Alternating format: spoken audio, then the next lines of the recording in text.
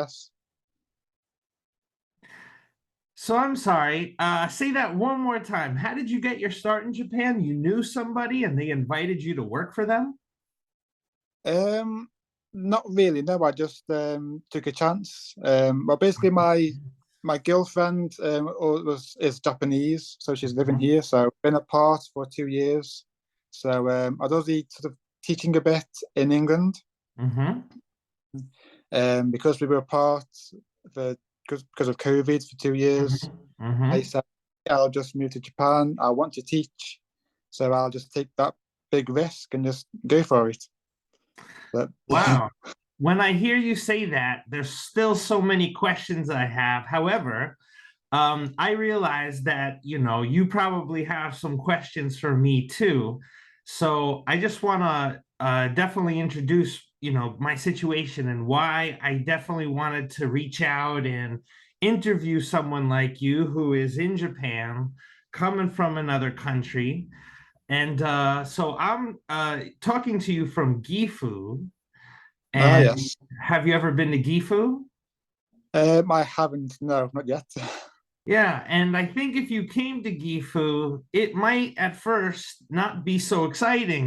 From Tokyo, it's a big city, and Gifu, it's so somebody like me who's living here, if you know me, then it's going to be a big difference because that's what we need sometimes is somebody that is, you can reach out to me, like, and you coming to Gifu, if you came here and you didn't reach out and you just came here, I feel that there's a chance you might think, oh, this is not, I didn't have a good time, regardless of the Yeah, place. Like you personally didn't have a good time.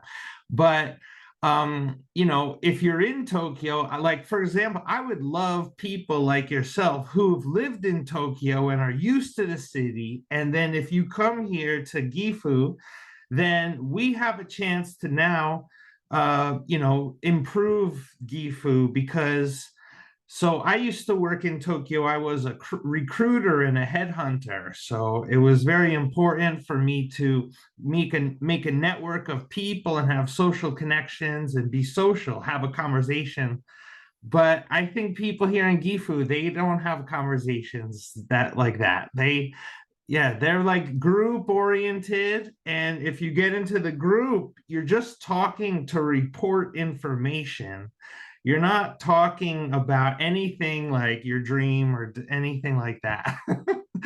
So, I think in Tokyo we crave right action, yeah, big action. But when we're in Tokyo, actually, I feel it's too difficult. Like there's a lot of people and a lot of systems, and sometimes people are like top down controlled, and there's a yeah, lot of rivalry. Like from a Japanese person's point of view, why are they going to talk to you versus someone else? And if they're just looking in a book of, foreign people available for conversations and you're charging money, and what kind of conversation is that? But there's a chance that instead we are having conversations for free, actually, because in these conversations, we have information, you have information, and now we can create like a smart contract.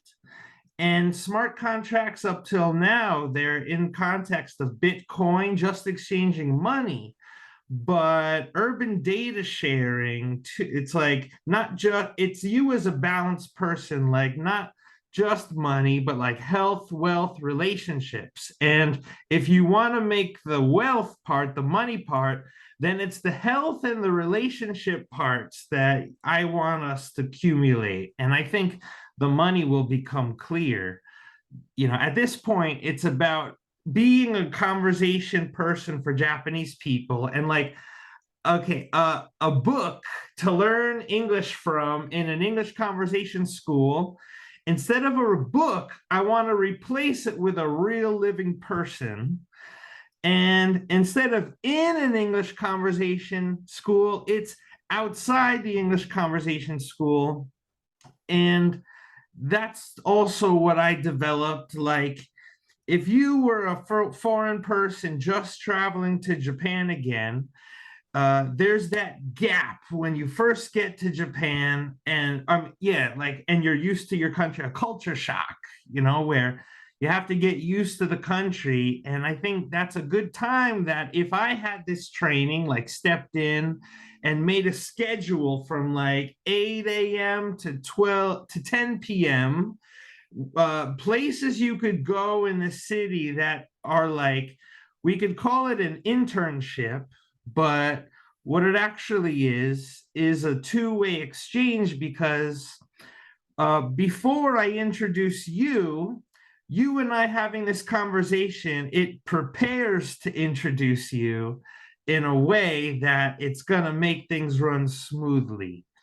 And one of the first steps, you'd be invited to are you familiar with speed dating? Do you know what that is? Speed dating. I know about it. I've never tried it.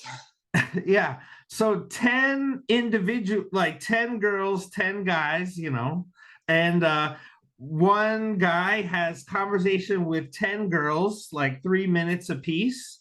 And in 30 minutes, he's met 10 girls that he can choose who he'd like to see again. But that too of dating, it's too focused on just your looks. In 3 minutes, what are you deciding? You're gonna go with looks. But when it comes to our collaboration, then it's not just based on looks. And you can also judge, like, by the fruits of their labor, so to say.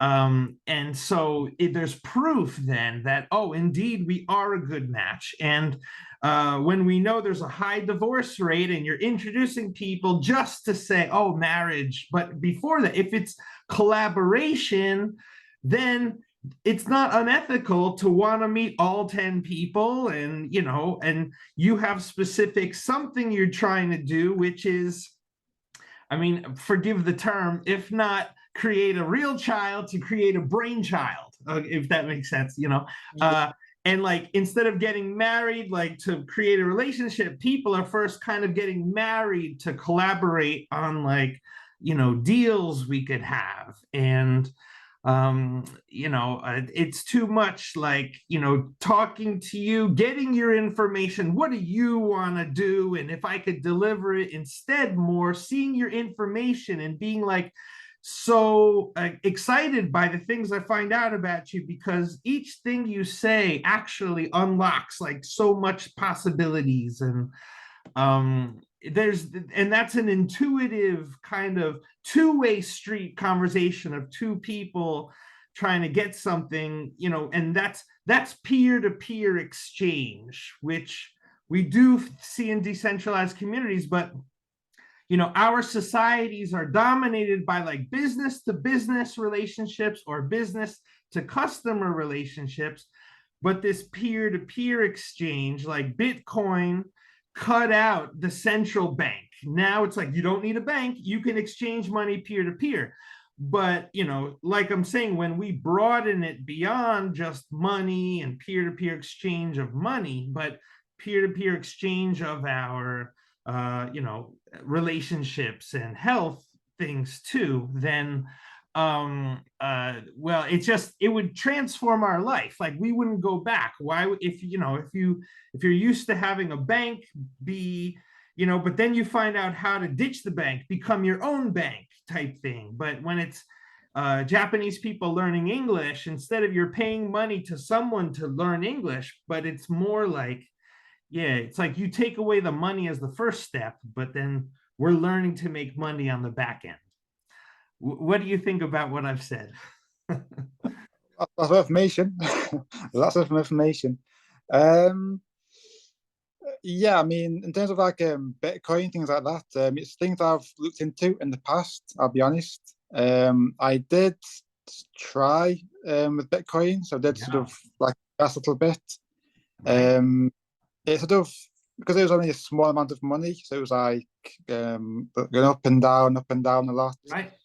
So because it was, I suppose, so volatile, and because like people like Elon Musk was on saying, we can use this for a Tesla, and then I wasn't joking. No, we're not.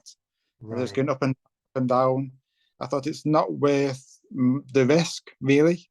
Right. Um, Maybe if it was um, accepted in like all cases, all countries, all businesses, Mm-hmm. maybe worth being into. But the way it is at the moment, it's not something I would go back to again. So, Yeah, at the time, now that Bitcoin has kind of established itself to be one of the leading cryptocurrencies, but before that, there were all these other cryptocurrencies you heard, of course, Litecoin, Ethereum, and these various blockchains. But I'm saying too that these are the popular ones, and the only thing we have in our they're asking us to is just pay money to get it, pay money, get yeah, it. But that's too like what's going to really be the defining factor for cryptocurrencies is its utility, right? How you actually could use it and it improves your life. But in that sense, instead, we could create our own then and have it be we're assuring it's functional because we're using it. So that's the difference between like a top down thing that you just buy into or a bottom up where it's like a seed and we're developing it and then we grow it so that you're tied to it. I think that seed concept is so uh I think powerful because it's like you know when we had this, I guess, beginnings of like certain businesses, um then it's like there were a lot of creators, right? The first people are creating something, and then after it grows, and then you get somebody who the person who created it died, and essentially they had to have somebody that came in at the middle that wasn't there for the beginning, like that type of but now it's like we've seen the death of those things, so there's cycles of creation, and but now with this blockchain it's a new way to create something that it's only available to us, and in 50 years time then people like us, it will then be it's that's how I see something like that. And you being in Japan, so you're coming from England, and specifically I would say that it needs you because the same as America, England has lost a lot of its factories and companies. And we're in Japan, and where I live, if you came to Gifu, I would take you to these companies, and you and I could actually go there, and you could actually use your phone to take a video of these companies, and then you could share that video with people where you're from who remember you, like where you used to go to high school, where you go to middle school, like people that know you, like, and then you're sharing that video with people. So it's like, oh, look what happened to Simon. I went to school with him and he went to Japan and now he came back and he brought these companies, and it's win-win for but we don't just bring a company. I think in Japanese companies there's engineers, there's technology, and they are just bringing the technology, like an engineer, and he's coming to teach a workshop. And I don't know about where you're from in England, but where I'm from in New York, we now have a collaboration space, a maker space. okay, So yeah, I think if we did a search of the place you come from, then there'll be a maker space, a collaboration space. And so it's like this work we do of finding people like from Japan and offering a way that they're going to come to the place we're from, and we're giving them that experience that they could never get anywhere else, because the only way Japanese people travel is if like they take a JTB tour, like a group tour, or their company pays for them to attend a conference or something like that. They're yeah, controlled, they're not free.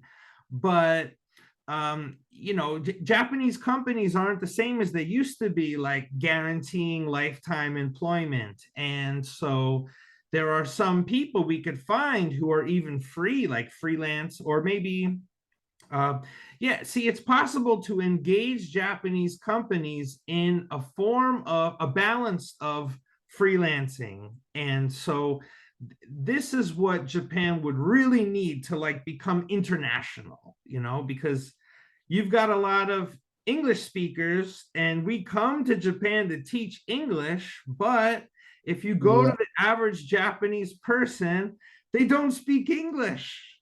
So Yes. they have these let's internationalize plans. And how are we going to do that? We'll start English earlier and work harder. They make Japanese people work so hard, and Japanese people are tired. I don't know. Yeah. They're busy, they're tired, they're stressed, they're controlled, and their only source of stress relief is to pay an English speaker money to speak English, where, I mean, you know, okay, as far as English speaking goes, I want us to be number one, whatever we do to be number one. So, with a disruption, offering something revolutionary, you have to take whatever the standard model is and do the opposite of it. And I think we do that in all the ways. But I also think when you're a foreign person in Tokyo, you also very busy, and it's difficult and stuff like that. And I think there is this, so Gifu Minokamo, how would you ever come here if I don't ever tell you about it and invite you here? And I'm married, I have 3 kids, and I okay, my situation I come from New York, not the city, countryside area, but my New York hometown had a sister city with a Japanese town. So Okay. yeah, there are sister cities that exist, but the model of sister city, it uses taxpayer money, and it's just diplomatic. So it spends a lot of money, but you don't guarantee the return on investment. And at a time like now, so instead of a government funded, taxpayer funded sister city, we can simply do it decentralized through our personal brands. And that's what I definitely want to tap into. That's like, you're the guy in England or even your city, right? You're the guy there, and it's all about your location, like where you are.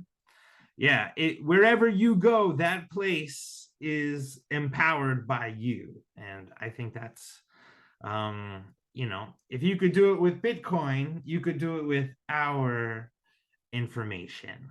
uh, so when was the last time you were in England? A long time, or? Last time was over a year ago. So I've been in Japan for just over a year now, really. Okay. So what's your plan? Any plan? My plan is to stay here forever, pretty much. Okay. Can I ask you 3 questions? My first question is, what are your interests? What do you like? I love the culture, generally culture in general of every Okay. country, just to Yeah. learn things. Of course, Japanese culture, of course. Mm-hmm. Japanese food, of Mhm. course, is not saying. Sure. Love history as well. A big history buff on anything, everything, every country, you name it. I Interesting. love history. Um, and of course, now teaching English. What about, besides, like, not including Japan, the things that you just like without Japan included? Any Like sport. So a big What sports you football. play? So, I play none. Well, I used to play soccer in I was gonna England say football. Yeah. with Yeah, with friends mainly. But Mhm. since adulthood, really, I've drifted Okay. away from playing and just enjoy watching. So let me ask you another question. What are the skills that you would say you have, and like based off past jobs you've done, skills you've Uh, acquired? Past jobs. I would say like patience and control because So I've what past jobs have you had? I've been working like retail sales, so All like right, face to face service. there you go. Um, so patience, of course, comes with Sure, sure. saying this item broke, doesn't work, doesn't whatever. I Cool. want to refund. It's like, well, do you have your receipt? I can do a refund. It's like, no, I don't need the receipt. It's like, well, you do. It's because it's company policy. Every There you company does go. that. Yeah. Angry and in your face, and you have to So stay calm. following the system, definitely. Yes, and stay calm in yourself. Inside, you want to maybe smack them, but you can't. So step by step, yes, okay, I can do that for you. Yes, get your receipt. Okay, get the receipt. Get your receipt. Come back. I can do your refund for you. No problem. But they keep No, in your understood. face. They no, I want this refund now, right now, right now. Where's your manager? I want to speak to your manager. And you say, just want to slap and say, just go home, get your receipt. I can do it for you. I'm I telling you see. So what you've the manager. encountered that. Yeah. Okay. Yes, many, Okay. many times. Understood. Okay. And last question, what is your dream? Like your overall dream? My overall dream. I would like to maybe like own my own type of Aikawa. Completely different to the Aikawas that are available. So I All feel right. All right. real old English is much better than Aikawa English. I worked for an Aikawa company for a few months on a short-term contract, Right. and I felt like it was very controlled. They tell you things like, Yes. "Oh, you can be creative, do what you want," but then as long as it's within these rules, and then the rules are very constrict, and you think, well, I can't do anything then. There's no creative way to teach. Mm-hmm. So where I work now at a high school, um, one of the classes actually goes to New Zealand for 4 months. All right. So I would like to do something similar. So like Carol, where it's like, okay, for really young kids, the standard ABCs, numbers, colours, all the basics. As you get older, a few more basics and get more and more Uh-huh. improvement. And then have like Carol where maybe gets big enough for me to be able to say, okay, so when you get to this year or this age, we have an opportunity where we can go to another country for maybe not for 4 months because obviously it's like Cowboys after school club, so maybe Mm-hmm. Mm-hmm. but things similar. So like okay, during your summer break from school, we have 2 weeks in Australia, 2 weeks in New Zealand, Right. somewhere English speaking, so they can go to and say, okay, I've learned English, Mm-hmm. no choice but to speak English, and say, excuse me, where is the bank? Where is this cafe? Where is this park? Where is this museum? They have to speak English. They have no choice but to speak English. Okay. So it's something that I hope I can work towards too as years go by.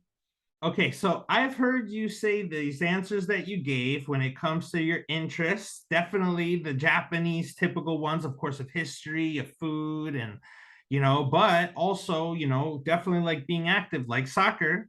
And when it comes to your skills, well, you've definitely worked in retail, and you've dealt with people, especially even in unpleasant situations, but you were able to keep calm because you were able to just stick to the system. And too bad. I mean, you shouldn't have to deal with these people anyway. Anyway, three. No one. Okay, three. Your dream of definitely having. Okay, so we talk about our own version of a Kaiwa, and so um all these things, of course, this is definitely the things that I'm involved with, I'm in agreement with, and I think that we definitely are able to do. But I think what it is sometimes there's these words we use, and there's words like the meaning we give a word. And someone was just doing this like with well, anyway, the meaning we give a word, sometimes it can limit us instead of, so for example, if I say a kaiwa, or even if I say you, okay, if you have an a kaiwa, then what does that make you? Makes you an a kaiwa teacher. But I think we can give a different type of word to it. Like, okay, let's think about this word, okay? Imagine you were the mayor of a city, a mayor, right? Or Yeah. imagine you were an ambassador, right, of a delegation, or imagine you were a consultant when it comes to a business, or imagine you were a coach when it came to a team. And so these kinds of words, I think, also come into play. But now there's an even different word, influencer. And if we think of what you think of influencers is, like online influencers, people are trying to influence by saying, look, I drive a nice car, or look, I'm eating expensive foods. Look at me, I'm on social media. Ha ha ha, I'm great. Or you're not so much like, oh, I'm cool, but more like, yo, I'm just presenting information. So like urban data sharing, because um see, so this is definitely a new industrial revolution where the information is the king. And so, like I said before, if you need to create smart contracts, but the smart contract requires information, like for example, if you were to come to Japan and I was to get an event ready, I need the day, I need the place, I need the time. These are just specific details that it's not like the secret information. It's not information that, so when you say I'm selling information in a way, there people could get an implication of that there's another word, spy, right? But Yeah. and in a way, now I think back to people calling people spies and collaborators and things like this, but I'm trying to do, okay, secret agent even, right? What is like a secret agent type thing? But when and even you take this word secret agent, but that was what a word you used at another time in another industrial revolution. Now you could call yourself an agent, but you're more an agent of digital transformation. So what's digital transformation? It's just having the ability to do things online and clicking, right? Now, Yeah. if you take a robot and it's like my AI, and if I was a robot, I would just observe your existing patterns. What do? You wake up, you do this, you do this. But after I got your patterns down for a while, I would see ways of improving a situation, like, oh, you know what? If you did this, you could make money. Yeah, I mean, something like that alerted you. See, that's the thing. We don't know the right thing to do at the right time. Or let's say here's a different example, but still, right? Imagine my car, it broke down, and my engine, it could get fixed, but I don't know how to fix it. But imagine I just had to put on like glasses that had a video camera, and somebody can see my footage, who is a mechanic, could see what's going on and tells me step by step to fix it, so that even though I didn't possess the knowledge, but it was the connection we had that gave me that knowledge. So, that's something that I feel we say AI, but it's has to, we could be the AI. So we're using technology that connects us, but it's not necessarily a robot, something that we paid millions of dollars to develop.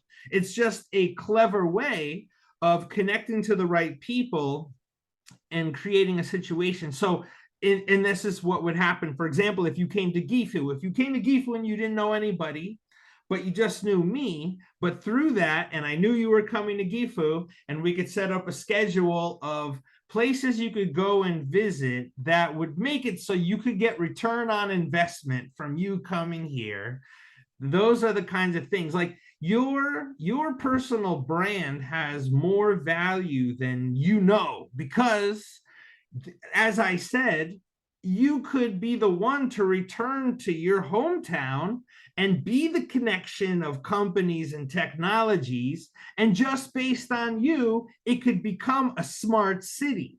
Now, you don't have to be the mayor, but you could offer it to the mayor. So if you're offering a solution to the mayor, you're kind of like the mayor, even though you're not the official mayor, but like the official and what's really, we have to work with our situation, and we're like engineers. That's what I think is interesting, like social engineer and social resource that through this online and our peer-to-peer network, where I'm the first person I'd like you to connect to in our peer-to-peer exchange, but your custom peer-to-peer network you're generating based on our connection, we had conversations, we would then get a strategic next person that we're connecting to, that and of course you don't have to connect to the first person, you find the right people through many conversations, even if they're not the one you want to connect to, you still learn about people, so that the next conversations you have, you can introduce people. And to do what I'm talking about, all we need is a server and a database. And when it comes to a server, like on Facebook, on LinkedIn, we're the ones doing the work of communicating. But as soon as we say something, they own the information and they sell it. So Facebook, LinkedIn, they get rich. But what about us, right? We don't get the money that Facebook gets, but it is possible that we could be in control of our information so that we can get money from it, because people who are on Facebook, they're spending as much time on it like it was a job. And it's a job you don't pay to get paid to do, right? You're voluntarily doing something. So you put somebody in a situation where, like a carrot and a stick, they're chasing the carrot, but you're getting the ride. So Yeah. when you connect people and you set them free and they do all the work, and you have a method of harvesting things from that can add value to the future, then so do you have a YouTube channel? I want to ask you. I sort of, yes. There's only a few videos of like just scenery and stuff, so nothing major just yet. But I am looking into starting my own proper channel to be like what it's like to be a British person in Japan. Because one of my students has said they've only found one British person talking about their life in Japan. It's always Americans, Canadians, Germans, French, whoever. Okay. No, and so because some students want to learn British English, so it's like an untapped source for me, I So suppose. I'm telling you that I want to encourage you to have do those things with your YouTube channel that you want to do. And the way I like to see my role in that is to be like an accelerator and an incubator. So incubator means that you don't have to worry about making money or paying money doing it. So that's incubate protects you from, otherwise people are like, you ever hear people say like, I want to start a business, but I need money to start up capital. And it's like, Yeah. but if you don't have it, but YouTube we could do for free, right? So, but still, it's like the way people pay money to get advertising to build their business. But for us, it's more like, I think more just making videos, like having and okay, accelerator means that if you were to start your channel and the time you think it would take for you to get like 1,000 subscribers, monetize your channel, maybe it could take a year, maybe it could take 4 years, but with accelerator, we're going to make that happen quicker. And one of the things is too, like you could either introduce yourself like Simon, I'm a British person in Japan, or you could be something more prepared, like I'm Simon in Japan from the UK, and I'm collaborating with the Japan Exchange because I created the Japan Exchange. I didn't call it the Nathan Exchange because I want all of us to be able to promote something called the Japan Exchange. That It's like an exchange program, but it's online. So it's like you could do it from whatever location you have. And um, like I came on that sister city that I told you about, but nobody was prepared for me to go there. And it's like I spent a lot of time being led around by my host family, but no, they felt bad, like, what's he doing? And like, I didn't know I was going. It's like but there's these ways you could fully like prepare people that they could come to Japan in a way that they're excited about it, they're getting an experience that, and it's going to be something that's return on investment. So if you were to encourage people, because again, where you come from, there's a lot of already resources you have. Like, who knows, maybe, I don't know about you, but my parents' house is still there. So my parents' house could be an established headquarters, in my location. It's a way to like create a headquarters, and then you could even create it in a trust. Like, there's clever ways we could be using what we have to turn it into assets. And your digital, they're talking about these digital IDs they want us to have if we travel. But if you act like a victim, like, oh no, they're going to digital ID me and I'm going to lose my freedom, well, you're going to become a victim. But we need to be like proactive. And so before you get digitally ID'd, you're like, no, my personal brand is a digital asset that I can use to create passive income.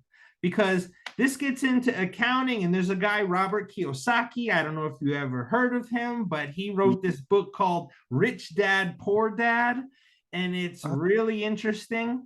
But you coming from England and me coming from America, and we have different even monetary systems, and so different laws, different, right? But if I'm going to create like the American thing and you're going to create the British thing, and then in Japan, we have the Japan thing, because we could have, if 7-Eleven convenience stores, there's Seven & I Holdings, a holding company where, say that somebody wants to sue you and take your money.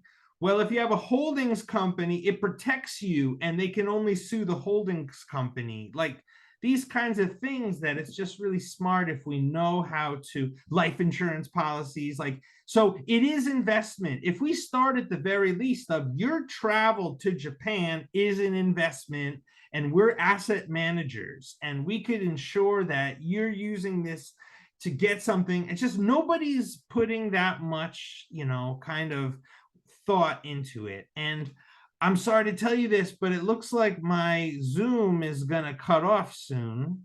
Okay.